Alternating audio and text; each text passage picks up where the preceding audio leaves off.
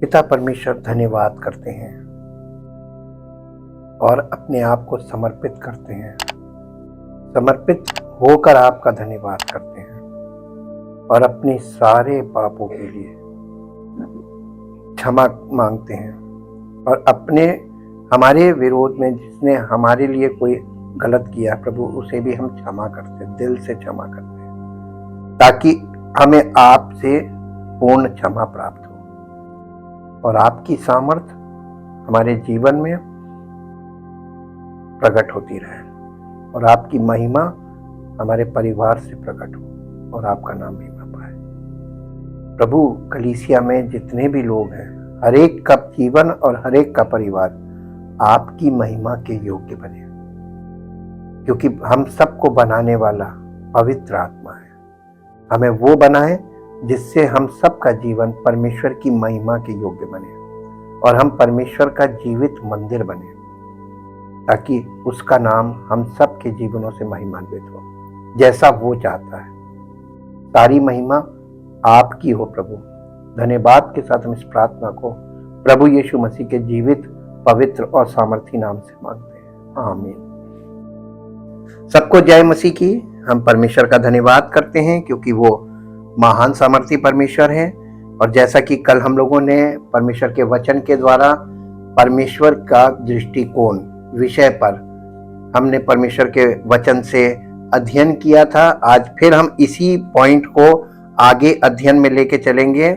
Why seek to understand from God's perspective, जिसका हिंदी में अर्थ है परमेश्वर के दृष्टिकोण से समझने की खोज क्यों करें। ये बहुत इंपॉर्टेंट चीज है।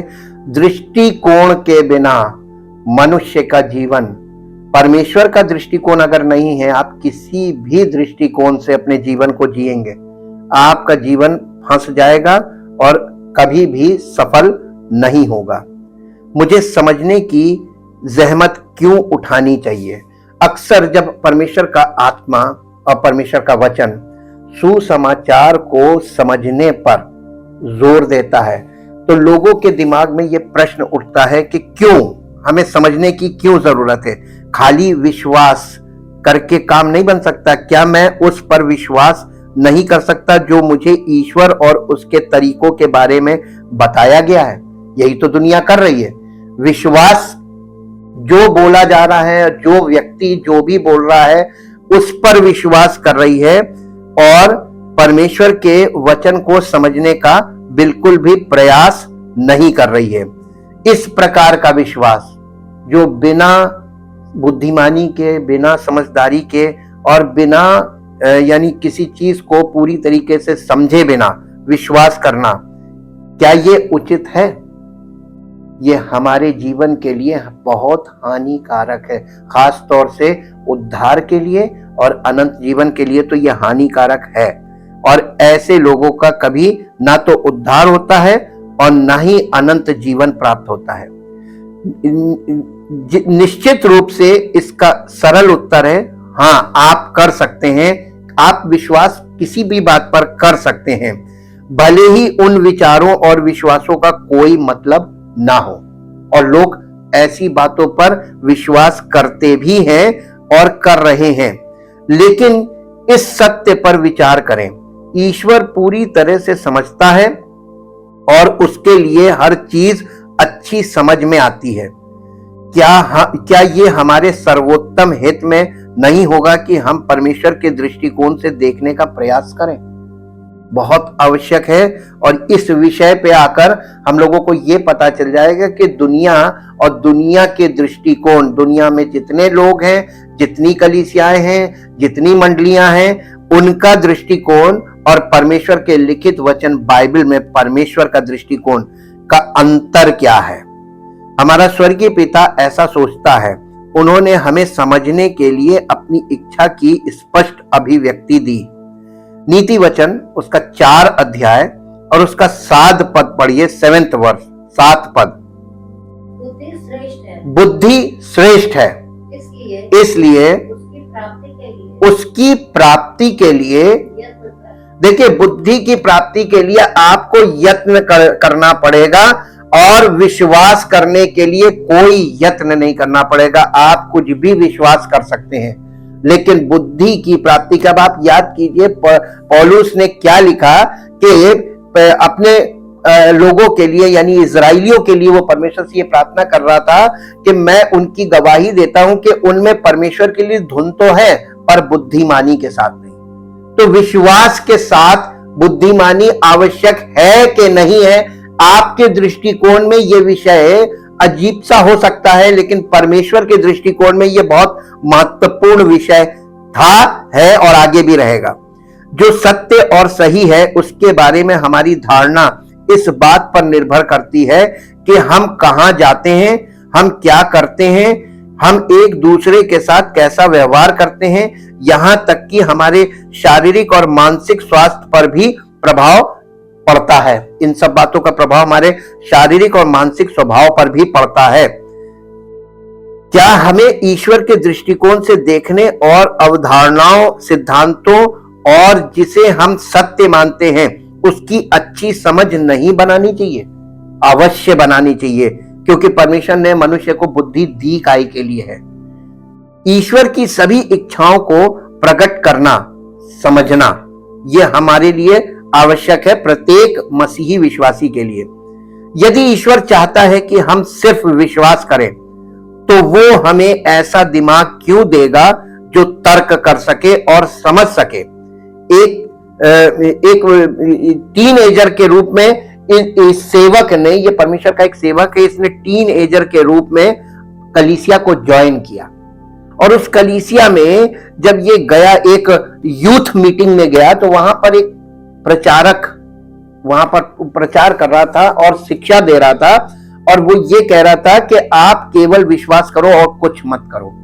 ये बात इसके दिमाग में कौंध गई नहीं, और वो रिपीटेडली यही बोल रहा था। ये कहने लगा मैं इस बात से सहमत नहीं हूं। और जब ये आया तो इसने अपने घर में इसने कहा कि अब मैं कलीसिया में नहीं जाऊंगा, क्योंकि वहां पर उन्होंने वो बोला है जिससे ये सहमत नहीं था। तो ये एकदम शांत अपने घर में बैठ गया, और उसके बाद इसके पास परमेश्वर की आवाज इसके हृदय में आई कि तू बैठा रहेगा, यदि तुझे लगता है कि वो गलत है तो तुझको बैठे नहीं रहना, बल्कि तुझे ये पता करना चाहिए कि सही है क्या। इसके हृदय में हलचल मची और इसने बाइबल उठाई, और बाइबल उठाई तो इसको ये पता चला कि बाइबल इतनी आसानी से हमें खुद के पढ़ने से समझ में नहीं आएगी। तब इसने बाइबल को पढ़ना और पढ़ के आंख बंद करके ये कहना कि प्रभु इन वचनों को हमें प्रकाशित करिए, हमें स्पष्ट कीजिए, ताकि हम इन वचनों को और इनकी बातों को समझ सके। और ये वाली बात करने से इसकी एक धीरे धीरे आदत बन गई कि ये बाइबल स्टडी करने लगा। और जब ये स्टडी में लगा, स्टडी का मतलब होता है रिसर्च। अब हम आपको बताते हैं कि दो शब्द है, एक है सर्च और एक है रिसर्च। सर्च का मतलब होता है कुछ खोजना, और रिसर्च का मतलब होता है कि जो चीज आपके सामने है उसको लगातार उसी को अध्ययन कर करके मथना। रिसर्च का मतलब होता है किसी प्राप्त चीज को उसी पर मंथन करते रहना, रिसर्च। और ये रिसर्च करने लगा, ये इसकी एक टेंडेंसी बन गई कि रिसर्च करो, यानी एक पद को बार बार उसको स्टडी करो, उसके एक एक शब्द को अर्थ समझो, और राइट कॉन्टेक्स्ट में क्या कहा जा रहा है उसकी ग्रामर पर, हर विषय पर गहन अध्ययन करके ये पता लगाओ कि ऐसा क्यों कहा जा रहा है, किससे कहा जा रहा है, और ये किसने कहा है, इसका महत्व क्या है। तो वो इसको सब समझ में आने लगा कि परमेश्वर तर्क यानी परमेश्वर हर बात पर तर्क करने और उसे समझने के लिए अपने आप को इसने खुद को प्रतिबद्ध किया, परमेश्वर की पवित्र आत्मा के प्रभाव के कारण। और फिर ऐसा हुआ कि जब इसने बाइबल को अध्ययन करना शुरू किया तो इसको बहुत सी चीजें स्पष्ट होने लगी। भजन संहिता 53 चैप्टर में आइए, भजन संहिता चैप्टर 53 इसका 2 पद पढ़िए। परमेश्वर ने स्वर्ग पर से मनुष्यों के ऊपर दृष्टि की, ताकि देखे कि कोई बुद्धि से चलने वाला या परमेश्वर को पूछने वाला है कि नहीं। परमेश्वर किसको खोज रहा था? परमेश्वर स्वर्ग से पृथ्वी पर क्या देख रहा है? कोई, अब यहां पे परमेश्वर ये क्यों नहीं कह रहा है कि बुद्धि विश्वास से चलने वाला? दुनिया में विश्वास सबके अंदर है, इवन दुष्ट आत्माएं भी विश्वास करती है। आप विश्वास में कहां हैं? दुष्ट आत्माओं वाला विश्वास आप भी कर रहे हैं कि एक ही परमेश्वर है, बहुत अच्छी बात है। ये इतनी बात तो दुष्ट आत्माएं भी विश्वास करती हैं, लेकिन दुष्ट आत्माओं ने एक बात में मनुष्य को हरा दिया। दुष्ट आत्माएं परमेश्वर को जानती है, क्योंकि लिखा है वो विश्वास ही नहीं करती, वो थरथराती भी है, वो परमेश्वर का भय मानती है। लेकिन मनुष्य परमेश्वर का भय इसलिए नहीं मानता क्योंकि मनुष्य परमेश्वर को जानता ही नहीं और केवल विश्वास की बात करता है। और परमेश्वर पृथ्वी पर मनुष्यों को स्वर्ग से देख रहा है, कौन है जो बुद्धि से चलने वाला, समझ से चलने वाला, मेरे वचन से सत्य को प्राप्त कर रहा है और उस पे चल रहा है। इसमें मेहनत करनी पड़ती है, इसमें टाइम इन्वेस्टमेंट है, इसमें डेडिकेशन है। कोई व्यक्ति परमेश्वर को कितना समर्पित है पता कैसे चलेगा? जब तक कि वो वचन के अध्ययन के लिए अपने आप को डेडिकेट नहीं करेगा। लोग विश्वास की बातें करते हैं, लेकिन डेडिकेटेड पर्सन जो परमेश्वर के वचन पर अध्ययन करने वाला, मनन करने वाला और उन बातों पे मन लगाए रखने वाला, उनको अपने अंदर रखना और उन पर ध्यान करते रहना, मनन करते रहना, ध्यान केंद्रित रखना, ये कोई नहीं करता। बात सब विश्वास की करते हैं। आपकी गवाही अपनी जगह सही हो सकती है। भजन संहिता 119 अध्याय का 144 पद पढ़िए। भजन संहिता 119 अध्याय का 144 पद, 144। तेरी चेतावनियां सदा धर्ममय है, तू मुझको समझा दे कि मैं जीवित। यानी परमेश्वर से आप समझ मांगिए कि प्रभु मुझे समझा दे। ये पुराने नियम की बात है। जब आप नए नियम में आएंगे तो नए नियम में क्या लिखा हुआ? बुद्धि और समझ के समस्त भंडार उसमें छिपे हुए। किसमें? मसीह में। परमेश्वर ने मसीह में सब आत्मिक आशीषें दे दी हैं। कहां है? मसीह में। हम कहां हैं? संसार में। हम कहां हैं? शारीरिक जीवन में। हमको अपना स्थान बदलने की जरूरत है, अपनी सोच बदलने की जरूरत है। हमें परमेश्वर के दृष्टिकोण में आने की जरूरत है, ताकि बुद्धि और ज्ञान के समस्त भंडार हमें मिल जाए।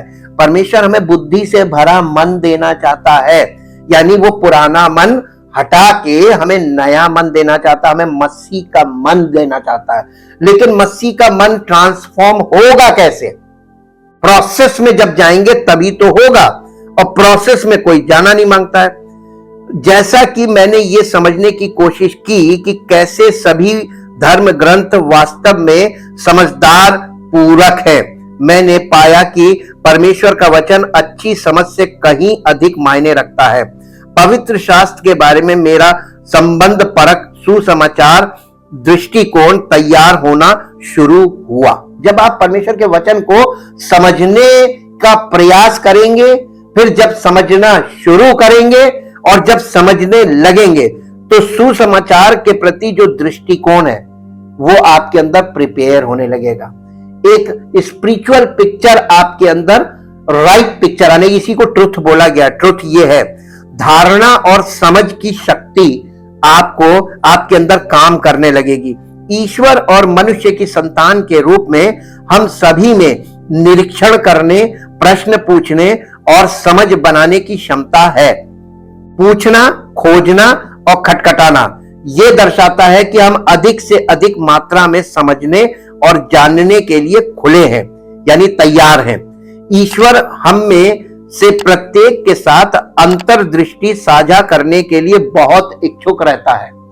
परमेश्वर आपके साथ अपनी अंतर्दृष्टि यानी एनलाइटमेंट शेयर करना चाहता है, ताकि आपका जीवन परमेश्वर की ज्योति में के द्वारा प्रज्वलित हो, आपके जीवन से उसकी ज्योति प्रकट हो। इसीलिए लूका रचित सुसमाचार उसके 11 अध्याय का 9 पद पढ़िए। यहां पर इसीलिए कहा गया है, मैं तुमसे कहता हूं मांगो तो तुम्हें दिया जाएगा, ढूंढो तो तुम पाओगे, और खटखटाओगे तो तुम्हारे लिए खोला जाएगा। यहां पे मांगो तो पाओगे, इसका मिस इंटरप्रिटेशन प्रचार में किया जाता है कि प्रभु से आप मांगिए। अरे आउट ऑफ कॉन्टेक्स्ट बात की जा रही। यीशु मसीह किस संदर्भ में वहां पर बोल रहा है, आपको पूरा चैप्टर पढ़ना पड़ेगा, तब आपको पता चलेगा कि प्रभु यीशु मसीह ये बात किस संदर्भ में कह रहे हैं। क्योंकि यीशु मसीह ने यहां पर मांगने के विषय में कुछ कहा ही नहीं है। ये मांगो वर्ड लगा हुआ है, लेकिन इसकी जगह आस्क लिखा है, मुझसे पूछो।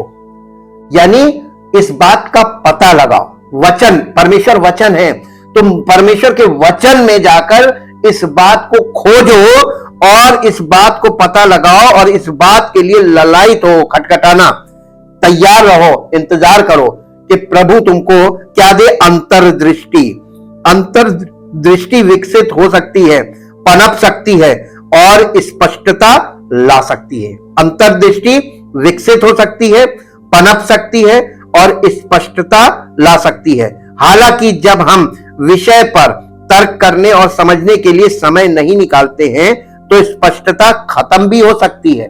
जब लोग कलीसिया में सही समय पर एक 6 दिन के तुरंत बाद 8वें दिन 7 दिन के बाद अगर वो तुरंत परमेश्वर की उपस्थिति में वचन के लिए नहीं आते तो आपके पास जो स्पष्टता थी पहले वो सब खत्म हो जाएगी। इसीलिए यीशु मसीह ने कहा था, जिसके पास है उसे और दिया जाएगा, जिसके पास नहीं है उससे वो भी जो थोड़ा बहुत ले लिया जाएगा। आपके पास वो स्पष्टता आपके पास से चली जाएगी।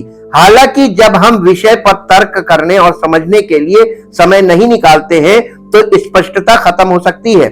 ये समझना कि हम क्यों अस्तित्व में हैं और हम कैसे कार्य करने के लिए बनाए गए हैं हमें जीवन का अधिक उचित आनंद लेने की अनुमति देता है। यीशु ने हमें सत्य की आत्मा, यानी हमारे साथ उसकी उपस्थिति, सत्य की आत्मा का मतलब है पर प्रभु यीशु मसीह के साथ हमारी उपस्थिति, यानी उसके साथ हमारी जो सहभागिता है, फेलोशिप, जिसको बोला गया सत्य का आत्मा, को हमें नेतृत्व और मार्गदर्शन करने की अनुमति देने की सलाह दी है। जो हम वर्तमान में जानते हैं उससे कहीं अधिक पवित्र आत्मा के द्वारा हमें प्राप्त होता है। यूहन्ना रचित सुसमाचार 16 अध्याय उसका 12 और 13 पद पढ़िए। यूहन्ना रचित सुसमाचार 16 अध्याय उसका 12 और 13 पद यहां इस प्रकार से लिखा हुआ है, मुझे तुमसे और भी बहुत सी बातें कहनी है, परंतु अभी तुम उन्हें सह नहीं सकते हो। परंतु जब वो अर्थात सत्य का आत्मा आएगा तो तुम्हें सब सत्य का मार्ग बताएगा। मार्ग कैसे बताया जाता है? मार्गदर्शन के द्वारा, या मार्ग बताया जाता है आपको बैठे बैठे थ्योरी में बताया जाता है? आप उसकी अगुवाई में चलेंगे तभी तो सत्य का मार्ग बताएगा। लोग पहले पूरा डिजाइन मांगते, थ्योरी मांगते हैं, और थ्योरी में पवित्र आत्मा काम करेगा नहीं। पवित्र आत्मा अगुवाई करने के लिए भेजा गया है, इसलिए वो उसकी अगुवाई में आपको चलना पड़ेगा ताकि आप उस सत्य के मार्ग में चल भी सके, देख भी सके, सीख भी सके, समझ भी सके। ये परमेश्वर का तरीका है। क्या हम अधिक समझ में प्रवेश करने और इस जीवन को और अधिक समझने के लिए आवश्यक समय देने को तैयार हैं?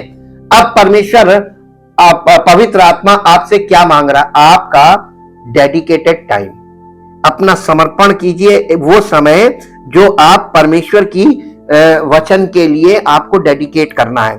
Dedicate your time for understanding, उसकी बात को समझने के लिए। परमेश्वर महान अंतर्दृष्टि साझा करते हैं, जबकि हमारा परिवार, संस्कृति और नस्लीय संरचना ये तय करती है कि हम इस जीवन को कैसे और कहां से शुरू करें। उनका उद्देश्य हमारी वृद्धि और विकास को नियंत्रित करना, सीमित करना नहीं है। हमारी शुरुआत का उद्देश्य ये निर्धारित करना नहीं है कि हम कैसे रहते हैं और कैसे कार्य करते हैं। हम अक्सर उन विचारों पर विचार ना करके खुद को सीमित कर लेते हैं जो हमारी वर्तमान धारणाओं को फैलाते हैं, जबकि ईश्वर की गहराइयों और जीवन के पूर्ण रहस्यों को पूरी तरह समझने की हमारी क्षमता से परे है। हम उन समृद्ध अंतर्दृष्टियों के प्रति खुले रहना चाहते हैं जिन्हें ईश्वर हमारे साथ साझा करना चाहता है। एक पद निकालिए जो आपको मिलेगा नीति वचन उसका 2 अध्याय उसका 6 पद। नीति वचन 2 अध्याय और उसका 6 पद यहां इस प्रकार से लिखा, क्योंकि बुद्धि यहोवा ही देता है, ज्ञान और समझ की बातें उसी के मुख से निकलती है। यानी पवित्र आत्मा परमेश्वर का आत्मा है, तो पवित्र आत्मा के द्वारा बोली गई बातें बुद्धि और समझ की बातें हैं। इसके अलावा रोमियो 11 अध्याय उसका 33 पद पढ़िए। रोमियो 11 अध्याय और उसका 33 पद यहां पर इस प्रकार से लिखा है,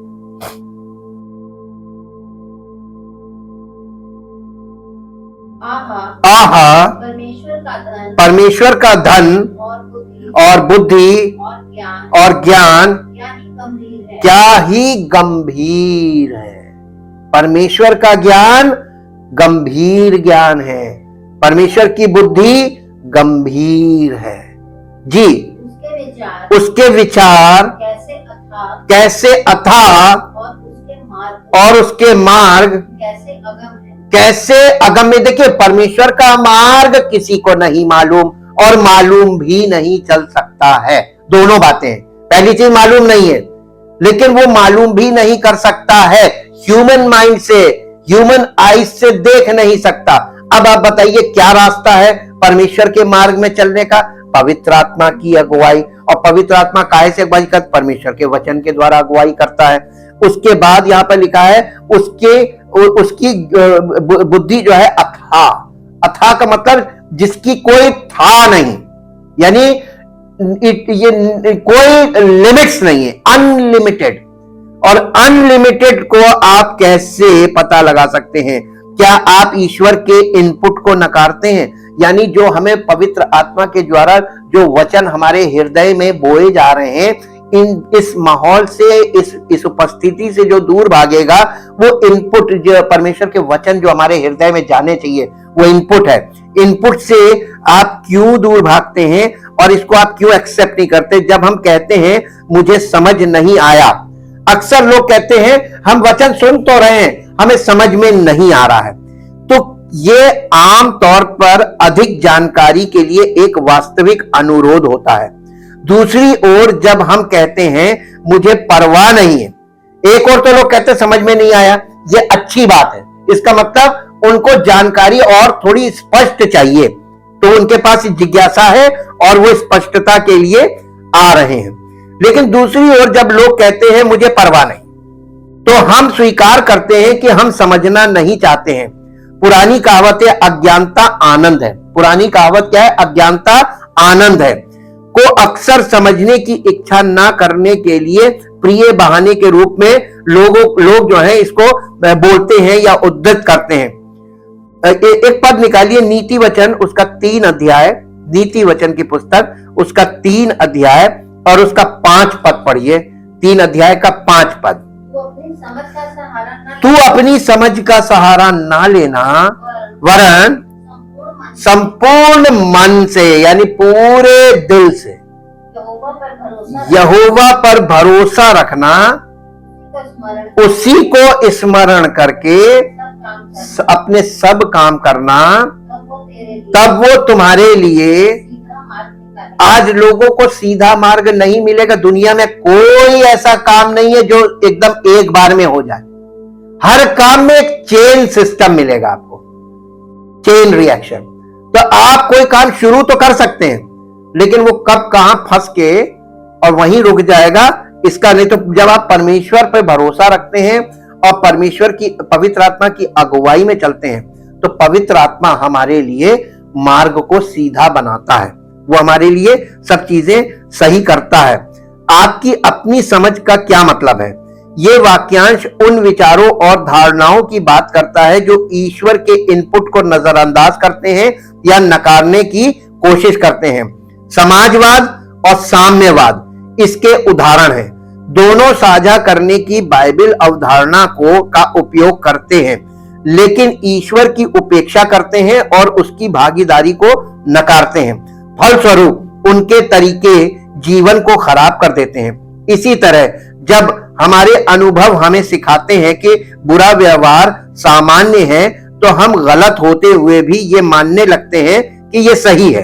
एक आदत पड़ जाती है, हमारी एक ऐसी समझ हो जाती है कि अरे ये तो होता रहता है। हमारी समझ का स्रोत क्या है? What is the source of our understanding? जब हम सबसे पहले ईश्वर के प्रभाव की तलाश करते हैं तो शास्त्र कहता है कि हमारी समझ विकसित होती है। पवित्र शास्त्र हमारे स्वर्गीय पिता की हमें समझने की स्पष्ट इच्छा से संबंधित है। एक पद निकालिए, नीति वचन 4 अध्याय और उसका 7 पद। नीति वचन 4 अध्याय और उसका 7 पद। बुद्धि श्रेष्ठ है, इसलिए उसकी प्राप्ति के लिए यत्न कर।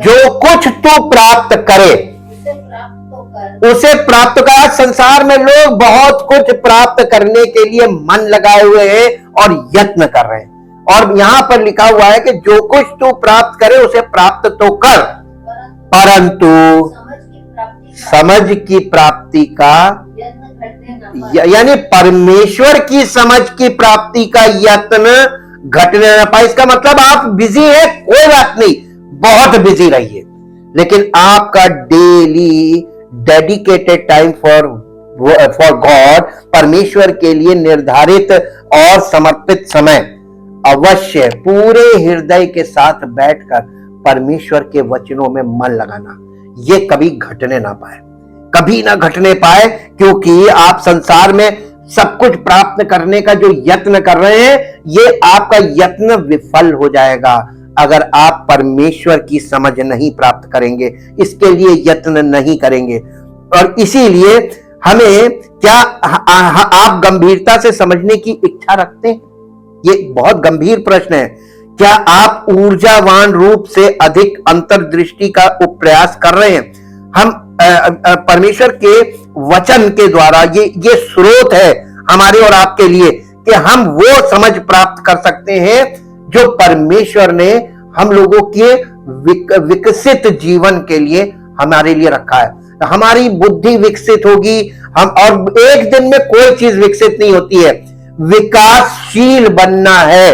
जब आप विकासशील बनेंगे तो एक लंबे समय के बाद आप पूर्ण रूप से विकसित होंगे, और जब आप विकसित होंगे तो आपका जीवन, आपका परिवार परमेश्वर की महिमा का कारण बनेगा। परम पिता परमेश्वर, हम सब लोग आपके सामने उपस्थित हैं। वचन के द्वारा पवित्र आत्मा ने हम सबसे बातें की हैं और हमने ध्यान धरकर आपकी बात को सुना है। प्रभु, हमें सब बातें हो सकता है एक बार में समझ में ना आए, क्योंकि सबकी समझ अलग अलग है, सबकी मानसिकता अलग अलग है, हृदय में भावनाएं भी अलग अलग हैं और सबका अलग अलग परिस्थितियां हैं। प्रभु, हम आपसे विनती करते हैं कि जब हम आपके वचन को सुने तो अपने हृदय को पूर्ण रूप से इच्छा के साथ, लालसा के साथ आपके वचन को ग्रहण करने के लिए सुनने वाला हृदय लेकर और समझने के लिए तैयार होकर बैठें, ताकि प्रभु आपका पवित्र आत्मा हम सबके हृदय से डायरेक्ट बात करे और हमारी आत्मा में आपके वचन की गहराई, सच्चाई और सारी बातें जो आप हमें हमारे हृदय में रखना मांगते हो, हमारी आत्मा में फिट हो जाए, वहां पर जमा हो जाए, संग्रहित हो जाए और हमारा हृदय पर लिख जाए, ताकि प्रभु हम आपके लिए जीवित पत्री बन जाएं, ताकि हम सबका जीवन आपकी महिमा के में प्रकट हो और आपकी महिमा के योग्य बने। धन्यवाद करते प्रभु, और हम विश्वास करते हैं कि लोग केवल विश्वास नहीं, विश्वास के साथ बुद्धिमानी की ओर बढ़ना पसंद करेंगे। और हम चाहते हैं प्रभु, जब लोग आपकी ओर जिज्ञासा से आपके वचन में आते हैं, वचन को सुनते हैं, जिज्ञासा के साथ पूरे संपूर्ण हृदय से सुनते हैं, पवित्र आत्मा का कार्य उनके हृदय में हो और प्रभु आपकी ओर से हर एक विश्वासी का जीवन आपकी महिमा के योग्य बनने वाला हो। सारी महिमा आपको मिले। इस प्रार्थना को आपके इकलौते पुत्र प्रभु यीशु मसीह के नाम से मांगते हैं, आमीन। Praise the Lord.